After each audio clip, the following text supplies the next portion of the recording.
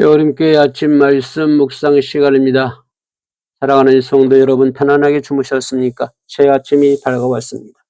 오늘도 여러분의 삶에 하나님의 사랑과 은총이 넘쳐나시기를 소망합니다. 이 아침에 하나님이 우리에게 주시는 말씀은 마태복음 18장 1절로 9절 말씀이 되겠습니다. 끄트머리에 서신 예수입니다. 한국 사회에서는 찬물도 위아래가 있다는 말처럼 엄격한 서열 문화가 존재하고 있습니다. 그런데 이런 모습이 교회 안에서도 직분의 유무나 신앙 연륜에 따라 마치 계급처럼 나타나곤 합니다. 과연 천국에도 이런 서열이 존재할까요? 하나님 나라에서는 누가 가장 앞자리에 서며 어떤 사람이 진정으로 인정받는 사람이 될까요? 예수님의 제자들은 서열에 관심이 있었습니다. 제자들이 예수님께 질문했습니다. 누가 천국에서 큰 자입니까? 누가 첫 번째 자리, 예수님 옆자리에 앉을 수 있습니까? 아마도 베드로 중심으로, 야고보 중심으로, 요한을 중심으로 계파 싸움이 일어나고 있었는지도 모르겠습니다. 이에 예수님께서 말씀하셨습니다. 예수께서 한 어린아이를 불러 그들 가운데 세우시고 이르시되 진실로 너희에게 이르노니 너희가 돌이켜 어린아이들과 같이 되지 아니하면 결단코 천국에 들어가지 못하리라. 이들은 가라고 하던 시절 어린아이가 인격체로 존중받지 못했던 시대적 배경 속에 자리를 다투던 제자들에게 예수님께서 가장 낮은 자의 마음을 요구하신 것입니다.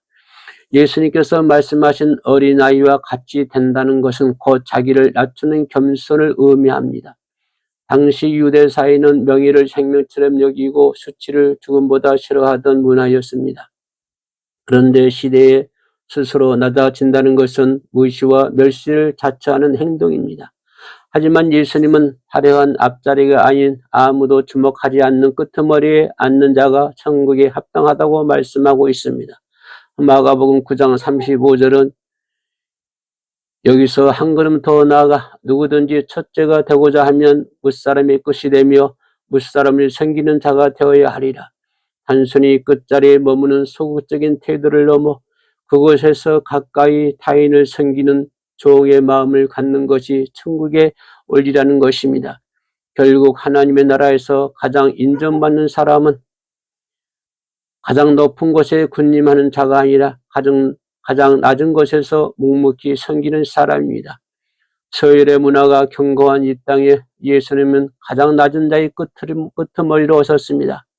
하늘의 모든 권위와 영광을 지루하고 소외된 이들을 품고 구원하시기 위해 스스로 끝자리를 선택하셨습니다. 내가 주와 또는 선생이 되어 너희 발을 씻었으니 너희도 서로 발을 씻어주는 것이 옳으니라. 주님은 그 끄트머리에서 우리의 가장 추악한 죄를 닦아주셨습니다. 그리고 이제 우리에게도 그 자리에서 서로를 섬기라고 말씀하고 계십니다.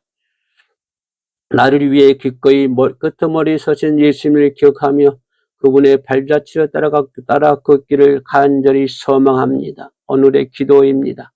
우리 죄를 해결하기 위해 우리 인생 끄트머리에 오신 예수님을 기억하고 묵상하며 경건과 절제를 훈련하는 우리가 되게 하여 주옵소서. 예수님의 이름으로 기도합니다. 아멘.